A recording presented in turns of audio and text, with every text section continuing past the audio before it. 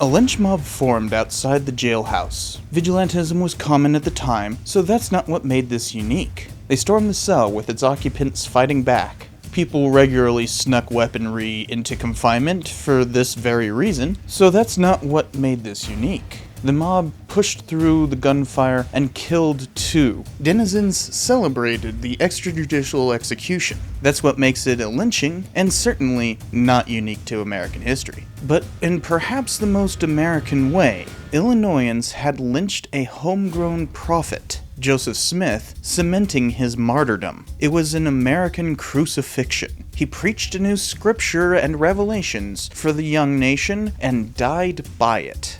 How did this happen? Hey, Cypher here. Mormon history has become popular again, hasn't it? This sect of Christianity is one of the defining institutions of the American Southwest, which means I need to cover it for my book. So I'm making a series about Mormon history. These episodes are essentially me working towards that, and much of the text will go into that chapter. But today is about why they felt the need to go there in the first place. The history of early Mormonism and Joseph Smith takes many turns. Starting in the burnt-over district of New York, I'll cover the creation of Mormonism, move to Kirtland, expansion to Missouri, their bank failure, a war of expulsion, refuge in Nauvoo, Illinois, and the prophet's final demise. It is a fascinating and unique tale.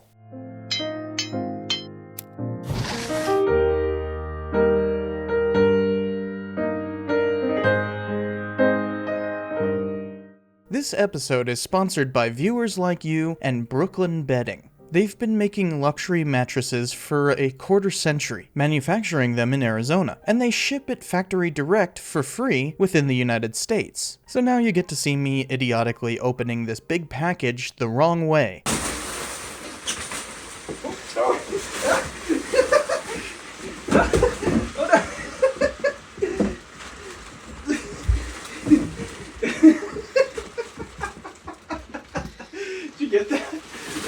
Yes.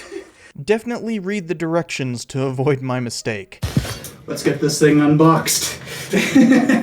This was a big mattress that weighs a lot, but packs tight and rapidly decompresses. I needed to switch from my old full-sized bed that I've had for 2 decades and upgrade to queen size. Brooklyn Bedding sent me their Aurora Lux cooling mattress, which is perfect for me, since my air conditioner doesn't work well enough and is in the other room. This bed's cooling features should help with that, and you can feel it just from the touch. Like, it feels cool, right? Yes. That will make this summer far less miserable for my tiny adobe house. Where I've been recording all these years, that's my bedroom, so I had to squeeze it into a corner. But it's been very nice. The pillow top is great. I've had this for over a month and am very happy with it, to the point of regularly choosing to read in bed rather than on the couch. It's also very quiet, thanks to the motion isolating coils, which can come in handy when there's 2 of you in bed, and one needs to get up early. And of course, His Royal Highness, King Richard I, approves too. Took him a little bit of getting used to it, especially since he had had some medical issues, but now he enjoys it just fine. Brooklyn Bedding offers a 120-day trial period, so you can be sure if you like the mattress, along with a limited lifetime guarantee. And if you go to the link below, which is brooklynbedding.com/cynicalhistorian, and use the code cynicalhistorian, you'll get 30% off a new mattress. Thanks to them for sponsoring, and on with the show.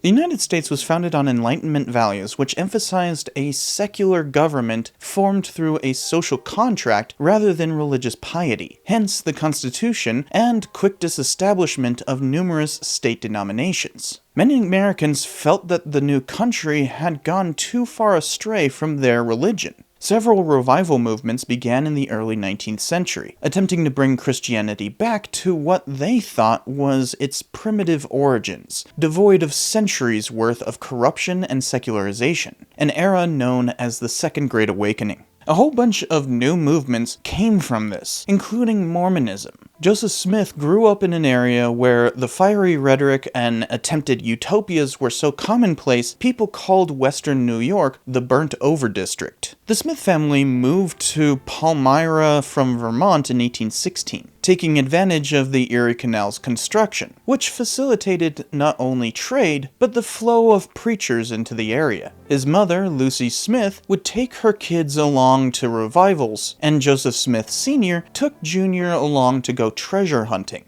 Joseph, in his youth, expanded to various forms of divination, selling his services. According to accounts from much later, in his teens, he had his first vision of God alone, or God alongside Jesus Christ, in the forest, telling him that he would eventually restore God's original church. Clearly, he did not act on that, continuing to peddle treasure finding and conjuring with seer stones. New York prosecuted him for fraud in 1826. The next year, Smith eloped with Emma Hale from Harmony, Pennsylvania. They would eventually move there, but not before going to a hill where he claimed to have pulled out a set of golden plates with what he called Reformed Egyptian text on them. Though he kept them hidden, 11 people would later swear they witnessed this artifact. Smith translated the plates using his seer stones. When scribe Martin Harris lost 116 pages, Smith refused to retranslate. Harris's wife, Lucy, brought another lawsuit against Smith for fraud, but that failed after her husband testified against her. Despite such marital problems, Martin took out a loan to pay for the publication of the book that they had been working on. It purported to be the last testament of some Israelites who came to the Americas and populated around 600 BC. After much trouble, they were united when Jesus Christ arrived, following his death in Jerusalem, and then teaching the Nephites his ways. But a group rebelled, creating the Lamanites, who subsequently wiped out the remaining Nephites. And the book was written by the last of the Nephites, a prophet named Moroni, who later became an angel, and was the son of a man named Mormon, who had kept the abridged records of the Nephites. Hence why Smith's publication was called the Book of Mormon. The remaining Lamanites were supposedly the indigenous people of North America, who'd become dark-skinned because of their sins. They needed to become good again so that their scales of darkness shall begin to fall from their eyes, and many generations shall not pass away among them, save they shall be a white and delightsome people. The Book of Mormon gave a reason for American expansion and assimilation of American Indians. It was explicitly settler colonialist. The first printing run was extremely limited, but started attracting followers. Smith began expressing new revelations in 1829. One ordered the restored Church of Christ into being a year later, and immediately sent out missions to proselytize among nearby Iroquois and further among American towns. This was the beginning of Mormonism, and they only had a small following at first. Most Protestants see additional scripture as fairly heretical, since their Bible explicitly condemns that. Others simply found the Book of Mormon to be a flawed text, such as Mark Twain, who called the book chloroform in print. One of the early converts was a Baptist minister in Ohio named Sidney Rigdon, who quickly converted his entire congregation. He had already begun preaching restorationism in the 1820s and arguing that his followers should consecrate all of their property to create a commune. Smith revealed that the new Church of Christ should join Rigdon's group in Kirtland, and that new converts should join them there. This doctrine of gathering was supposed to recreate God's kingdom on earth, as in Zion, hence why Smith continued Rigdon's law of consecration, forming a collective called the United Order, though that was later abandoned for simple 10% tithings. They made Rigdon another revelator within the newly renamed Church of Latter-day Saints. They thought themselves like the ancient saints of the primitive church, and that recreating Zion would bring about Christ's second coming. Here, the original church instituted much of its hierarchy with a series of priesthoods, anointments, and councils, which ruled over the Mormon inhabitants in what they called theodemocracy, or really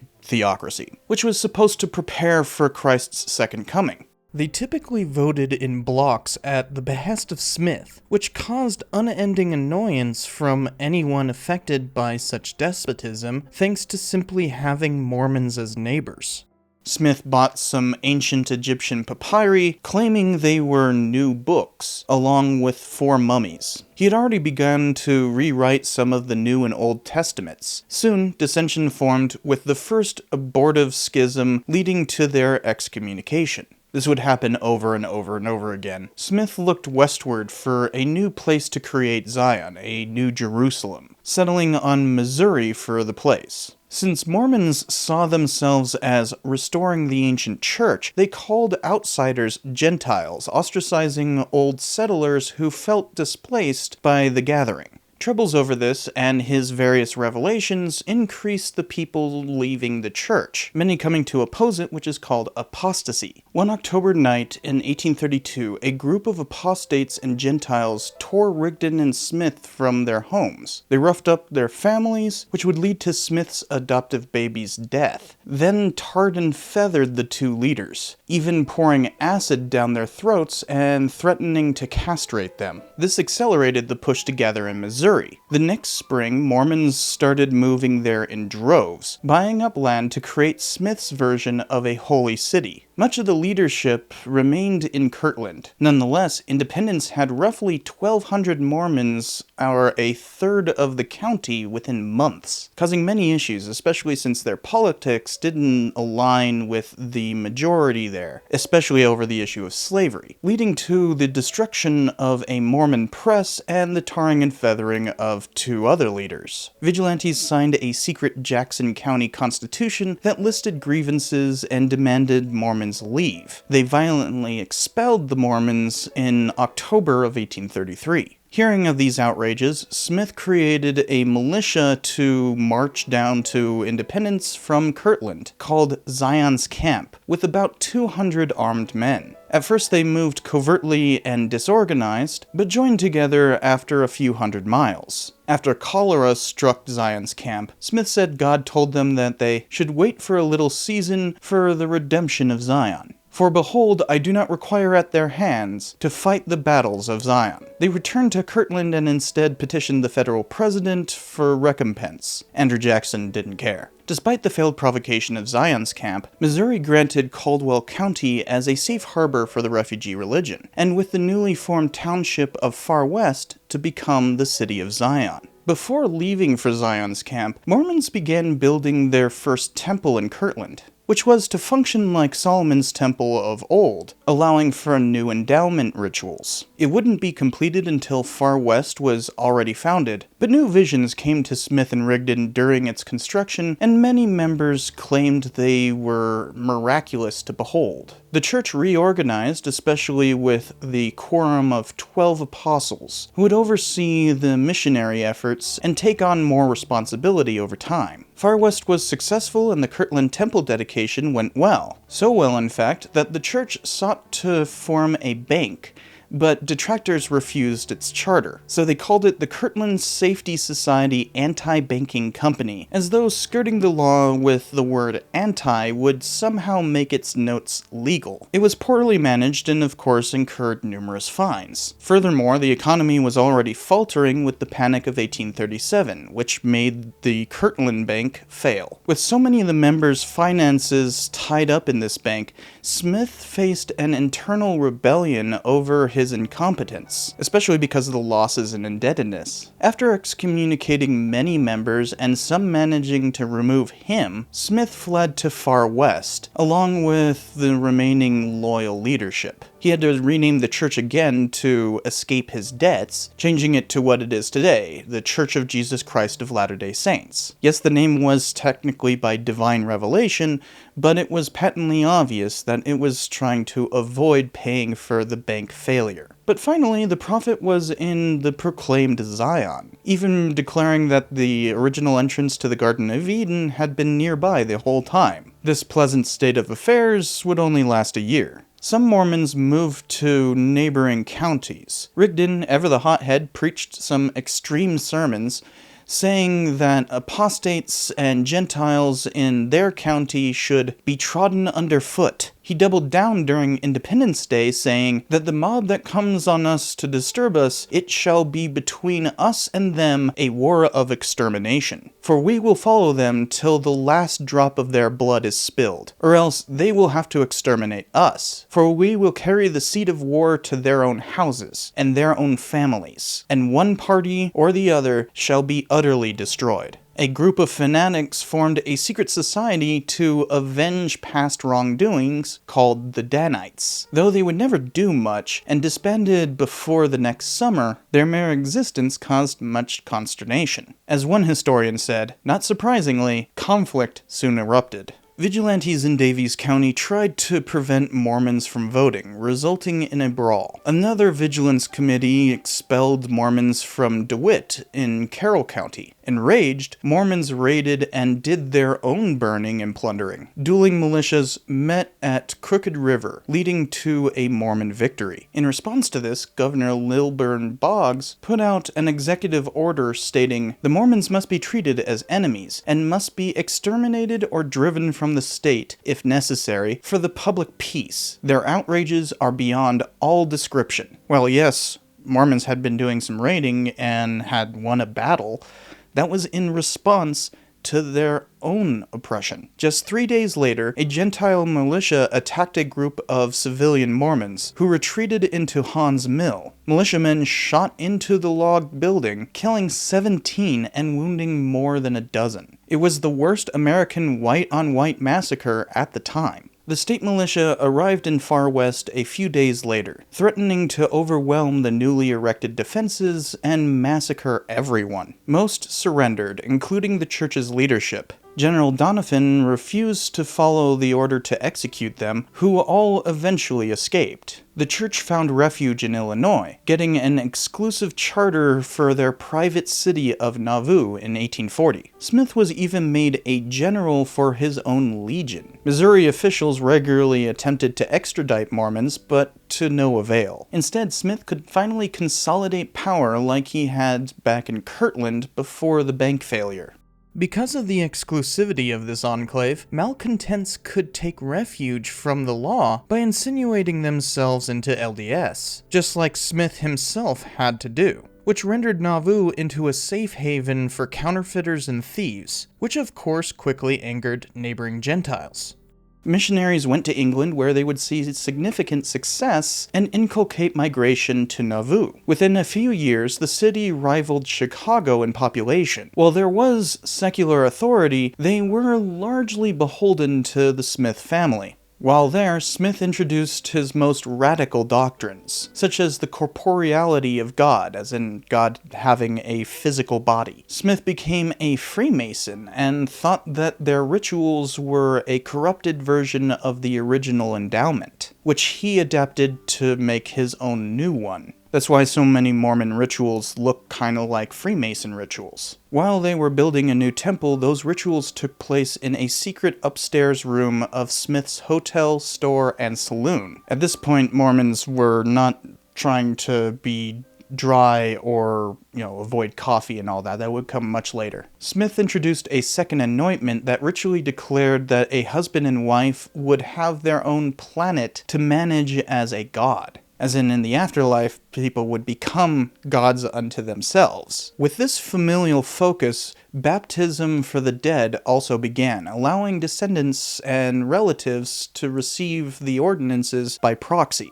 This set up posthumous grace for those who were not able to become church members. This was extremely controversial at the time, especially when they proxy baptized deceased politicians. And on top of all that, Smith decided to run for president, while declaring that he was the king of Christ's new kingdom, an affront to Republican sensibilities. That's Republican with a small r, as in just not having a monarch. But one of these new doctrines was more than just scandalous, it would cause Smith's downfall. From as early as Kirtland, Smith might have been practicing polygamy. He had an affair with a little girl named Fanny Alger and might have claimed that there was a celestial marriage, which was a doctrine going around at the time. Other radical preachers around there had espoused the concept of spiritual wifery or celestial marriage, as in believing a spouse was kept in the afterlife, often accompanied by the idea of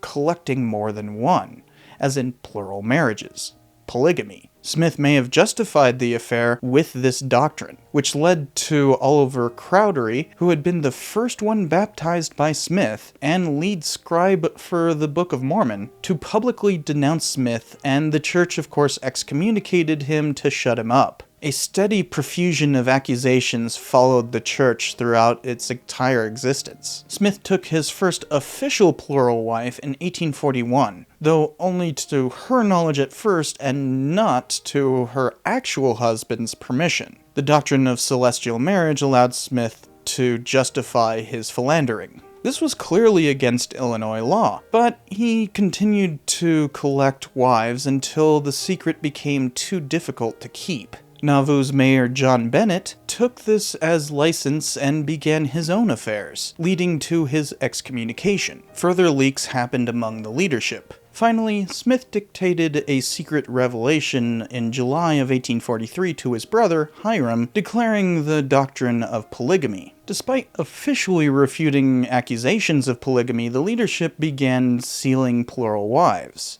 Those who found out typically had serious qualms with this whole arrangement, hence why it was kept as kind of an open secret. When the eldest remaining apostle in the Quorum of 12, Brigham Young, proposed to an unwilling daughter, several prominent Mormons apostatized. They published a newspaper called the Nauvoo Expositor, laden with accusations and declaring Smith was a fallen prophet. He got the city council to support the press's destruction, which they quickly carried out with the Nauvoo Legion. This was finally a step too far. Hancock County indicted the top brass. Smith illegally declared martial law to prevent his arrest, and then fled across the river into Iowa. But Emma convinced him to voluntarily surrender. He and his brother awaited trial in Carthage jail, with only a few followers to keep him company. Militias from all around the state gathered there. Governor Thomas Ford tasked the Carthage Greys to protect the jail, despite many members openly calling for both Smiths' heads. Some friendly visitors snuck in a couple of pistols to the brothers, and after some time, most of the militias left. So Ford went to Nauvoo to chide Mormons for causing this mess. After all, destroying the Expositor was technically a riot. Him leaving Carthage was exactly the wrong time to do so. While he did that, another militia from Warsaw arrived and staged a brief fight with the Greys, all of whom seemingly let the attackers just come in. They overran the guards and headed upstairs, where the prisoners made a last stand behind a heavy wall. Hiram died quickly after receiving a few fatal hits. Joseph managed to shoot 3 of his assailants and resorted to beating them back with a stick when he had ran out of shots. One of the people in the cell, John Tyler, received serious wounds and hid under the bed, while another man stood frozen in the corner when Joseph received a shot. He fell out of the second-story window, yelling the Masonic distress signal, "O Lord my God." Half dead from the impact, someone propped him up against a wall, and several vigilantes executed him by firing squad. Poet Eliza Snow would write, "O Illinois, thy soil has drank the blood of prophets, martyred for the truth of God. Once loved America, what can atone for the pure blood of innocence thou'st sown?" Some vigilantes would be tried, but the prosecutors seemed to purposefully miscarry justice. Yet again, persecution visited Mormons, this time decapitating their hierarchy. A succession crisis followed, shattering the already fractious group. But that story will have to wait for another time. As we can see, the history of the early Mormon Church and Joseph Smith takes many turns. Starting with the burnt-over district, creation of Mormonism, move to Kirtland, expansion to Missouri, the bank failure, a war of expulsion, refuge in Nauvoo, centralizing theocratic control, and the final demise of their prophet. Yet this set the stage for what would become a defining institution of the American Southwest. Mormons would eventually come to Utah, but that will have to wait for another episode. Thanks for watching. Thanks for watching. I currently have 5 episodes planned for this series, so be sure to subscribe for that. But before you go, remember to check out brooklynbedding.com/cynicalhistorian and use code cynicalhistorian in order to get 30% off a new premium mattress, which comes with a 120-day trial and a limited lifetime guarantee. Meow. Hi. You know the rules. You know the rules. Ow. Cut my finger a bit. Hi. Here. Denizens celebrated the extrajudicial... Why can't I say extrajudicial? Extrajudicial. Extrajudicial. Kirtland brand tequila. Great stuff. Meow. No, thank you. Yes. Somebody's using a chainsaw right outside my window. I've got to frickin' stop. Shall not Meow. You know what happens when you meow. Gotcha. Oh, I gotcha. You knew what was coming. Well, thank you. Thank you. Yes. Mwah.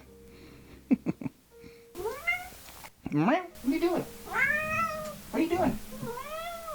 Tithings. Meow. Meow. Meow. Wow. You know the rules. Hey. Yes, hi. Mwah. Come here.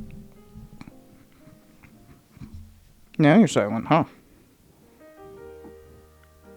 You gonna give us a big meow? No? Alright. For the king. Meow. Township. Meow. No, you're getting picked up now. Meow. Hi.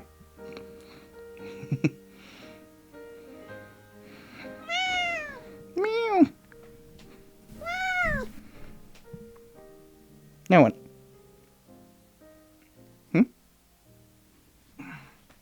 It's getting warm in here. And the high today is like 52. How is it getting warm in here? I guess I'm just that hot.